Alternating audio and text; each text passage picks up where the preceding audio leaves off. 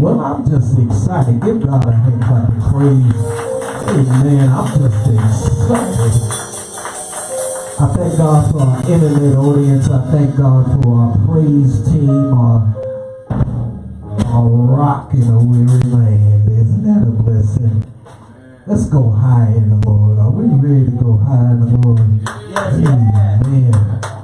There is a word from the Lord in Galatians. Amen.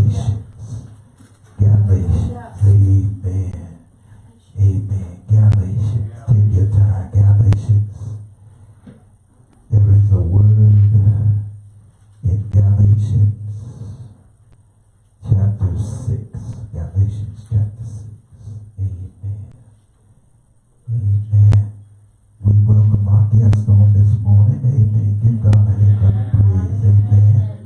Amen.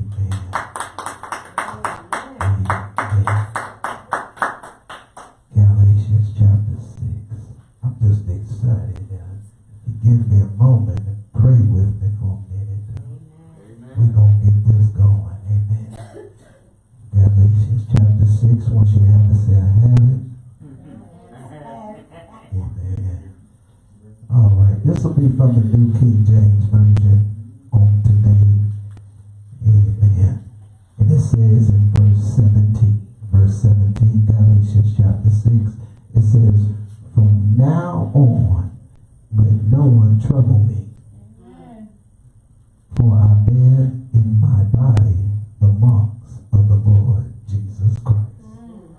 You may be seated. While you're headed to your seat, if you could look at your neighbor and say, neighbor, I'm wrapped up, tangled up, and tatted up for Jesus.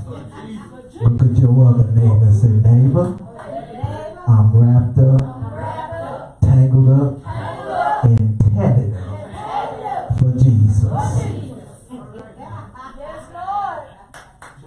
Yes, Lord. That's a good one. What's that one? One of the things that took place in the 70s was a television program. This television program was called Bewitched. And it was about this lady who was able to take her nose and twitch it.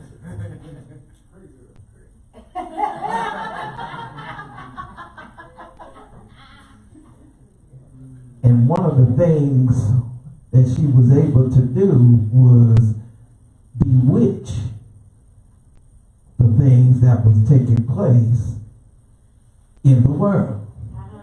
And that's what Paul is saying here in Galatians. He decided to come along because there were issues in the heart of the believers. All right. They were being bewitched by the false prophet, by the false teachers. Does anybody hear me right now? And Paul had to let Galatia know, because Galatia was a powerful church that Paul planted. This was a mighty church, but all of a sudden they started getting bewitched. They started going in the wrong direction. So Paul decided, in the midst of how he says here in verse 17 in his closing to them, for now on, let no one trouble me. For I bear in my body the marks of the Lord Jesus. Can we break that down for a little bit? Because in the midst of how we see these things and how we look at this information that we're receiving, isn't it amazing how we see the 21st century church and how they have gone to the wayside because they have had a smoke screen put on them. They have had these ideologies, that's a 25-cent word to just basically say they've been bewitched. And so we have to, from generation to generation to generation, be able to understand I'm wrapped up, I'm tangled up, and I'm tatted for Jesus. And what I'm trying to say, beloveds, is that Paul is allowing us to understand, if you ever been through something in your life, if you ever been through some situations, some heartache, some circumstances in your life, you have to understand, in the midst of being wrapped up, tangled up, and tatted up, the young folk will know what that term means. And when you say tatted up, you're basically saying, Lord, I've had a tattoo every now and then on the outside. I've had some markings on my body on the outside. So Paul comes along and says, in my body, in me, I want you to understand what I've gone through. I want you to understand my tattoos start from the inside. Pray with me for a little while. I want you to know that Paul was letting someone know in the midst of the Galatian church, you can't be bewitched by what's taking place on the outside. Because it's not real. It's not what I taught you. It's not how it ought to be. And every now and then we have to know, and you sang the song, knowing, flowing from my heart are the issues. And that's what Paul is saying. I've gone through some situations in my life.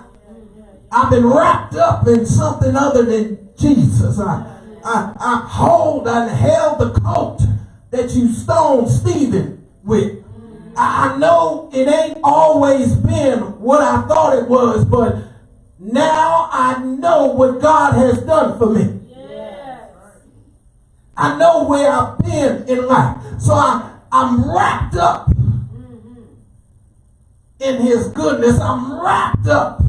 I'm tangled up. I'm tied up. And I'm tatted up for Jesus.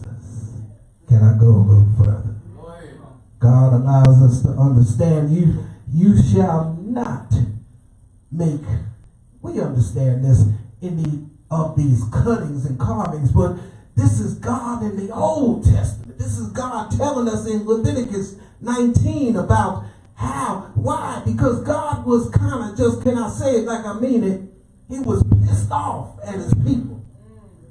It was all right to have these carvings and images as long as they were in glory to God. Can I talk about that for a minute? So he decided to let Moses know, and you remember Moses who just had to change the way he was thinking because he was in this place called Egypt in his mind.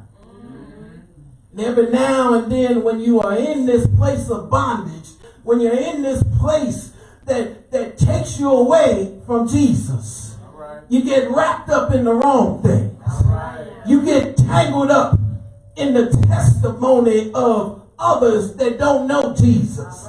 But then you get tatted up because somebody gonna tat you up. You get that on the way home. And every now and then we got to change our mindset. We got to change our motivation. We got to change the way we move. We got to change. Why? Because Paul is allowing us to understand, I know Jesus for myself. I got a relationship for Jesus because he showed up in my life.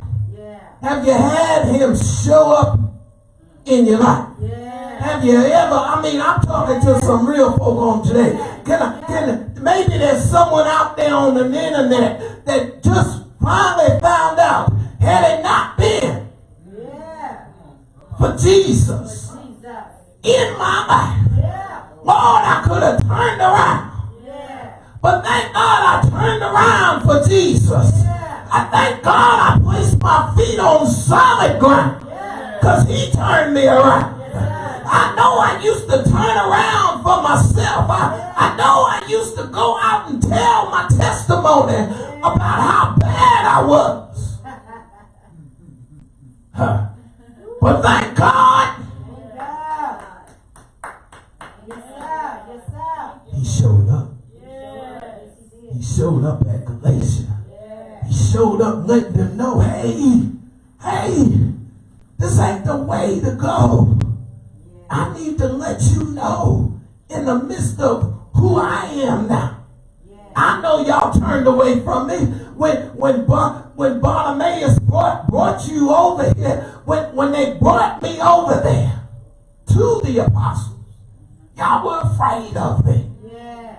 You feared me. But you didn't understand God changed me. I couldn't. Does anybody know you can't change yourself? But had it not been for Jesus, had it not been for the Lord changing what he's done for me, changing me, because I thank God because he left me with a crimson stain. Can I go a little further? So he says, from now on, let no one trouble me. In other words, beloveds, he tells us in the beginning of chapter 6, he tells us in the midst of the chapter, he shows us, hey, I need to let you know, don't be getting caught up in all the things that are driving you away from Jesus. That's right. Don't get caught up in all the things that are taking you away from who he is, because he loves you and he's trying to let you know, hey, I need to share with you this one point. I need to share with you because there are people coming along trying to take advantage of you. The only reason why they do it, can I share with you? Because last week when we had church anniversary, 2 weeks ago, I believe it was last week, and we shared, and it was a blessing for the Haywoods to bless us. They are truly a blessing. So what they did was they gave us, me and the First Lady, they gave us material things. And they were hats. They were baseball caps. And so after me and the First Lady decided who was going to receive which cap, all of a sudden mine said CK. Christ the King. And it was in big bold letters. So whenever I put that hat on that's in my office right now, I wore it to church because I felt so good about it. I'm wearing my cap that says Christ the King. And what I'm trying to say, beloved, is when the world knows who you represent, when people know who you really stand for, when you ain't even opened your mouth yet and they see you coming down the street. You see, I was walking down the street. And when you walk down the street, every now and then, some people going to want to know who you are. They want to know who you represent because they haven't met you before. Just pray with me. And sometimes all you got to do is put on something. And all you got to do, because remember, every now and then there's some people out there in the world that might want to know Jesus. But can I tell somebody? Everybody don't want to know Jesus. They want to pull you away.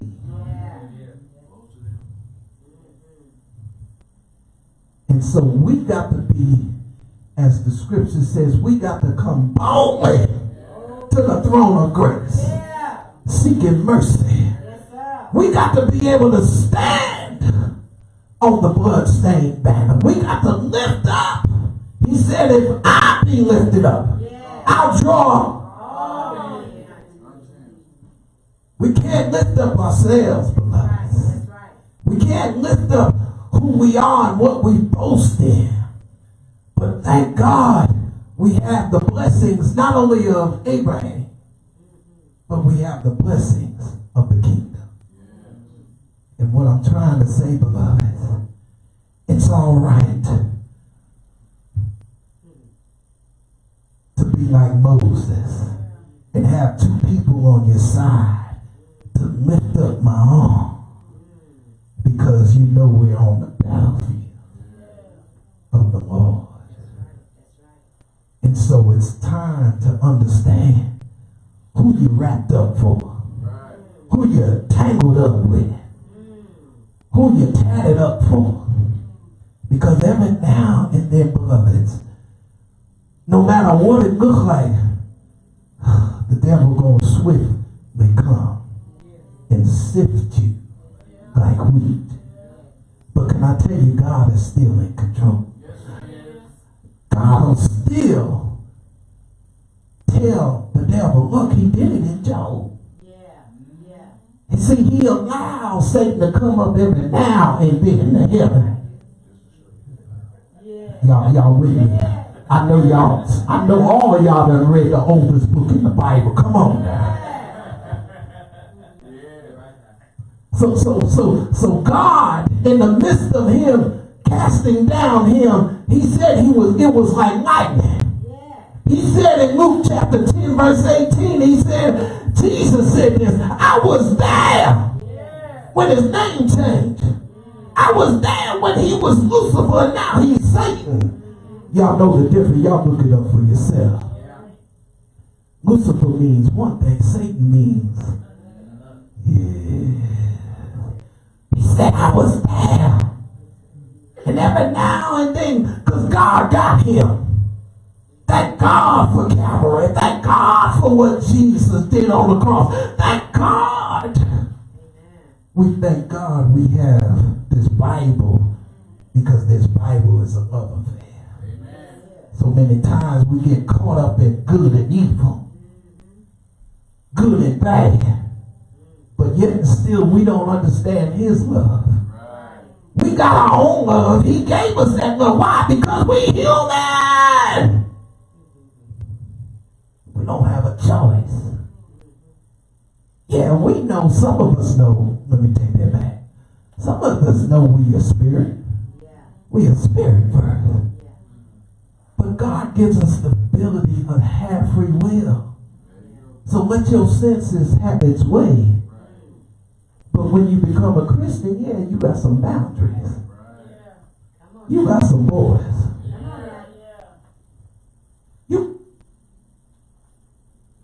In other words, you accept Jesus, he ain't playing with you.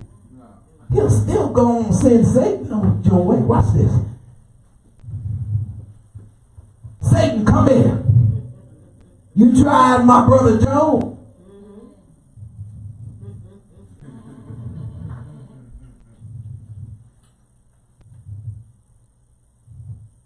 Wrapped up, tangled up, tatted up for Jesus. In other words, beloved, the tattoos I'm talking about are the scars of Jesus that's in your heart. The tattoos I'm talking about are not the external tattoos. I ain't trying to be all in your business. You've been in jail, that's your business. Don't judge me. I'm talking about being tatted up for Jesus on the inside. That's what I do. I come because I'm wrapped up. I'm tangled up. And I'm tatted for Jesus. So Paul says, look, this is real stuff. This is real enough for you got to understand why the first mark is the fruit of the Spirit. So flip one chapter back. You got Galatians chapter 5, verses 22 and 23. Wake up and write this down. See, that's your first mark right there. See, that's your first mark right there. You got to understand, I got to have the fruit of the Spirit in me. So when I talk to someone, I got to talk in the love. That's the Bible tells me. Because remember, the Bible's a love affair. It's better than a Harlequin novel. Because it's real love. I'm not talking about Mary J. Blige love. I'm talking about the real love. The agape love. Yeah. Yeah, that love. So it's the love of a heavenly God having a love affair with a human sinner. Y'all know we all have sinned and come short of the glory of God. Y'all know that one. Romans 3:23, thank you, Deacon. Y'all know that one. But can we go a little deeper? We got to understand, and I'm going to go to my seat, because you got to have that fruit of the Spirit. You got to have that mark on the inside. In other words, God allows us to understand if we're not exhibiting love. I'm not just talking about your family love. Yeah, come on. Because sometimes your family will jack you up. Show up, show up. Yes, sir.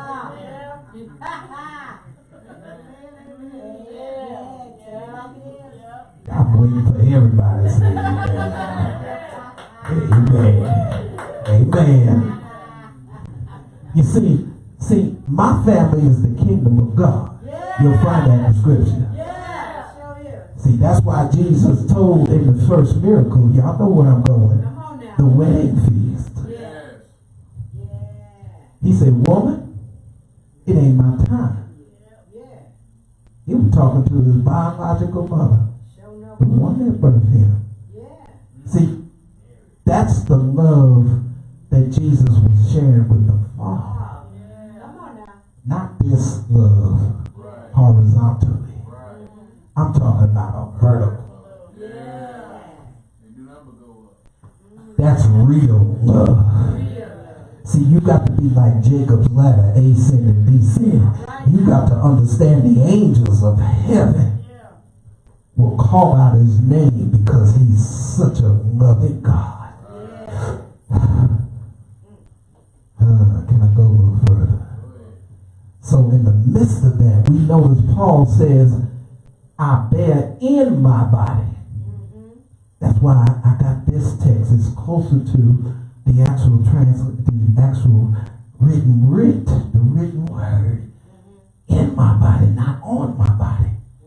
And I'm not going to get in and judge anybody, because I know even I got some tattoos. So in the midst of that, I had to change the way I. Can I go there? So every now and then, everything I do is because I'm wrapped up. Everything I do is because I'm tangled up. Everything I do is because I'm tatted up. Yeah, that's real. That's real love. And so you got this first mark of the fruit of the Spirit, Galatians chapter 5, 22 and 23. But and so Paul lets us know, in the midst of what's going on the inside, your tattoo is embellishing the crimson stain. It's embracing the crimson stain of Calvary in that perfect blood of Jesus. It's wrapping you up. It's tangling you up, and the love of Jesus is just taking you to another level. How do I know? Because I'll see your fruit of the Spirit. That's why you got to have it, because every conversation I have with people, they're not going to know I'm a pastor unless I wear my CK hat. See, it's coming back together, because it don't mean Calvin Klein. So when I wear that, you know, oh yeah, he a holy roller.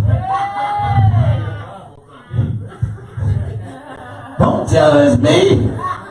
Don't hate on me. We all have sinned and come short of them. Amen. Y'all want to make sure y'all still out there. You got to understand, I'm wrapped up, tangled up, and tatted for Jesus. So what's on the inside, what's in me going to come out. I'm going to take this Bible and tell you, you know what? I read this Bible every day, all 66 books, and it's a love affair. Did you know that? That's how I communicate. I tell them. I was telling this young man yesterday, only 19 years old, and I was talking to him.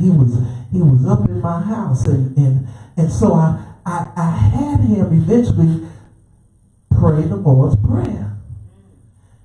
But guess what? We also spoke the plan of salvation. Right there. Right there. Now, I'm not boasting about my crib. That's not the point. It's because I didn't know this boy from Adam. 19 years old. Coming here from some part of the East Coast. But the point is, we had a conversation. And so I ministered. And I listened. And I heard his story. And I said, do you know Jesus? Do you know that he hung, bled, and died? In the midst of this conversation, I said, have you accepted him? Do you know that the Father sent him that we may have life and life more eternal? Do you know that he rose from the dead? He said yes in the affirmative talk. I said, you say? He just looked at me. And so obviously here come the questions. And it helped me to understand. And I shared with him, as I share everybody, I've had good men in my life.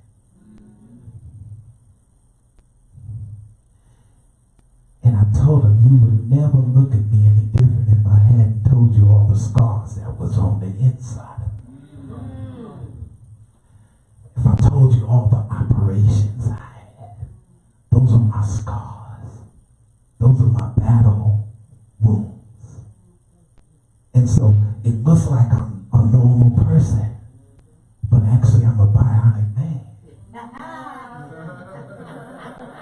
All right now.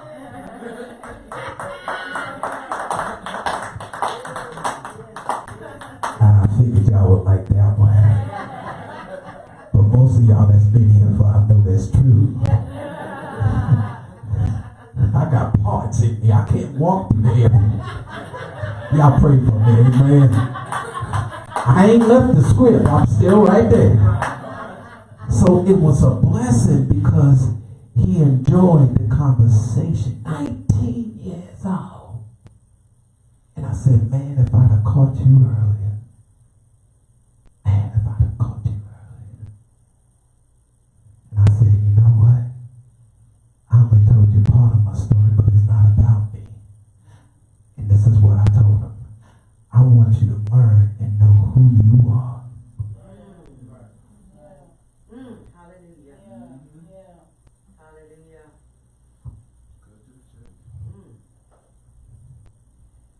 And we talked and talked and talked, and then eventually the first lady came home, and it was just a blessing. I might not ever see him again. But guess what?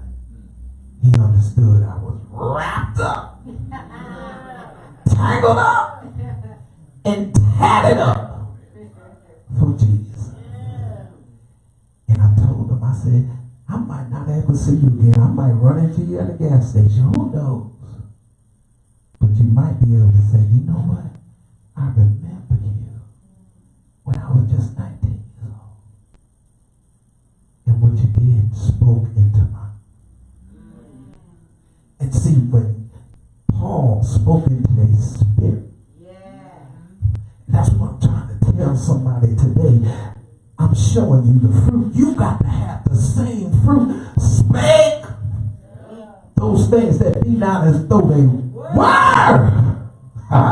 You got to understand, in the midst of people in your lives, they're going to see the marks that are in you. They're going to see the tattoos that are in you. Why?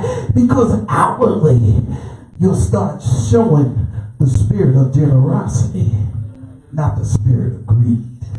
You'll start showing the spirit of sensitivity, not the spirit of callousness. You'll start showing the spirit of humility. Am I talking to anyone today? You'll start showing that spirit instead of that haughty spirit. Being all proud because you got this and that and that and this. No! You give it all to Jesus. Then you can say, I got this, I got that, I got this. And had it not been for Jesus, don't hate on me, I'm being real. That's how I do it. So you do it. God blessed you. Why? Because you stayed on the path. There's tattoos in you. There's scars in you. And those scars can only be seen by the fruit that you... In other words, you get courageous. That spirit of courage comes out. Why? Because you come to the throne boldly. You come to the throne of grace boldly, seeking mercy. I don't come here like no wimp. I don't want to say it because I'm on the internet, so I'll just keep it right there. You know, deacon. Amen. You know that's that old military. Yeah. Yes, indeed. We come boldly. Yeah, like we gotta say it. Yes, sir. We come boldly. In other words, then you have this spirit of kindness. Where has that gone? Where did it go? Now all of a sudden, we don't have a spirit of kindness. We harsh with everybody. So you have to have the fruit of the Spirit. But then you also have to have this second mark. The mark of forgiveness. You can have the fruit of the Spirit all day long. But if you ain't going to forgive nobody, watch this. Can I go a little further? If you ain't going to forgive and forget, if you ain't going to do it, Paul tells us. He tells us in 2 Corinthians chapter 2, verses 5 through 11. He lets us know. He says, I wrote to you as I did so that I could find out how far you would go in obeying me. When you forgive anyone, I do too. And whatever I have forgiven, to the extent that this affected me too, has been by Christ's authority. And for your good, a further reason for forgiveness is to keep from being outmasked, outmarked by Satan. For we know what he is trying to do. That's the scripture right there. All right. In other words, it ain't below you or beneath you to forgive. You turn the other cheek. You shake the dust. But Paul is letting us know, look, if you are forgiven, you're going to show the marks of forgiveness. You're going to show those marks because you ain't going to, watch this, I'm going to help you. You ain't going to gossip as much. As much. I said I was going to help you. See, you got to be justified in Christ. When you accept salvation, you got to understand justification. That's a 25-cent word theologically, is to understand you're on this path for the rest of your life. All right. So I'm just trying to help you in love. I'm just not going to go ahead and just hit you upside the head. I ain't trying to throw no rocks out here. So your gossip ain't going to be as much. Okay. Your hatred ain't going to be as Much. Your revenge ain't going to be as Much. Yeah. Your condemnation. As much.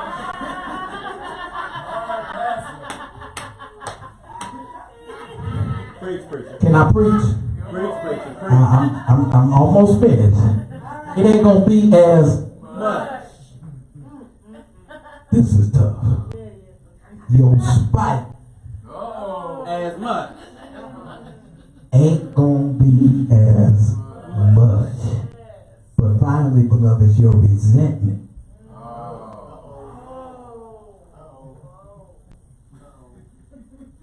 Hands up.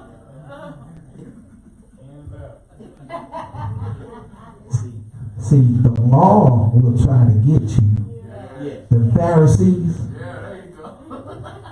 That's why when I wear my CK hat, I said, I'm reading this love affair. See, all 66, but this is love affair. You gonna try to hit me up and tell me good and evil, but this is a love affair to me. And it's about a heavenly God who's coming after me because he's in love with me. So no matter what you try to do, no matter what you try to condemn me with, and you try to put me out the church, and you try to tell me I was spiteful, and you tried to tell me I gossip too much, so you said I can't come to this church anymore. You said I couldn't do the thing because I wasn't following the laws of the church. And I'm trying to tell you what happens in the world today. But had it not been for the love of God, and where would I be? I thank God because I know this is a love affair. I know I have the fruit of the Spirit in me. I know I have the spirit of forgiveness in me. But I ain't gonna be no wimp for Jesus. I ain't gonna be no wussy for Jesus. I know I got forgiveness in my spirit. I know I can forget because it's in my spirit. I got the tattoos to show that I know how to forgive. Why? Because I'm still here today. That's why I'm wrapped up, I'm tangled up, and I'm tatted for Jesus. And I thank God because on the inside, you don't know what I've been through. But on the outside, you see the fruit of the Spirit. You see the spirit of forgiveness. You see the spirit of forgetfulness. I know my family. The family of the kingdom of God. I love everybody horizontally. But had it not been for the Lord on my side, where would I be? Everybody ain't gonna like the way I change. Everyone's not gonna like what God has done for me. Everyone's not gonna appreciate, well, you're wearing that tattoo. But thank God, I know what's on the inside of me. I know what he's done for me. I know where he's brought me from. Does anybody know? Jesus, just like that, he left a crimson stain. He put it on the inside, not on the outside. So finally, beloveds, as I go to my seat, God is letting me know I have the fruit of the Spirit. I have the spirit of forgiveness, Sister Myrna. I know what it's like to forget what all they done to me. But thank God, Paul is telling me, finally, Sister Kendra, as I go to my seat, the third mark that Paul is talking about is the spirit of glorification. And every now and then, have you glorified Jesus? Have you lifted up Jesus? He said, if I be lifted up, I'll draw.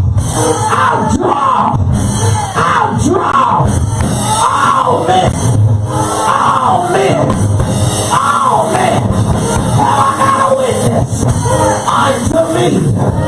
Jesus says to Paul, I need you to go to verse 11 because Paul is closing out his letter. As I go go to my seat, Paul is letting you know, look at this big old letter I written for Jesus. Have you ever understood what God can do for you? He'll give you everything you need. He'll let you know. In verse 14, he says, the cross of Jesus, the cross that him I bear, he brought me a mighty long way.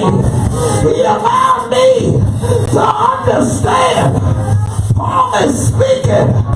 Nevertheless, tell your neighbor, nevertheless, not my will, but thy will, thy will, thy will, thy will, thy will, thy will, thy will. Feel my hair coming. It's coming right now. Thy will be done. He said, in the midst of your darkest hour, he said, nevertheless, in the midst of your darkest night, he said, nevertheless, in the midst of your midnight hour, he said, nevertheless, I need some nevertheless Christians. I need some nevertheless Christians in the house on today. Nevertheless, Lord, you save me. Nevertheless, you walk with me. Nevertheless, you talk with me. Nevertheless, Lord, you lifted me out of the darkness. Nevertheless, it's true. Nevertheless, the marvelous light. Jesus, Jesus, Jesus, I'm wrapped up, tangled up, tattooed, but Jesus, nevertheless, Lord, you comfort me. Nevertheless, Lord, you love me. Nevertheless, Lord, you took me through out of the darkness into the marvelous light.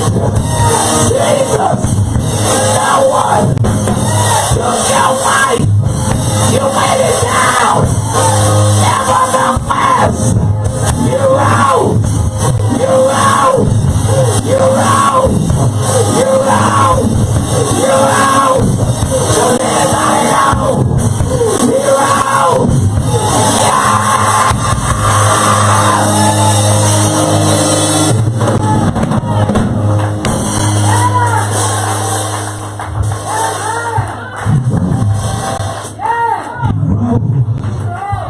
He will. Nevertheless, with all power in his hand. Nevertheless, that's why I'm wrapped up. I'm tangled up. I'm tattooed for Jesus. Because nevertheless, he took me out of the darkness into the marvelous light. Maybe there's someone here on today that's on the internet. Every head down, every heart humbled. Repeat after me. Heavenly Father, nevertheless, if I confess with my mouth and believe in my heart that Jesus is died and God has rose him from the dead, nevertheless, I am saved. Lord, I thank you. I thank you for that. And if there's someone on the internet right now, we ask that you give God your heart. Seek your local assembly.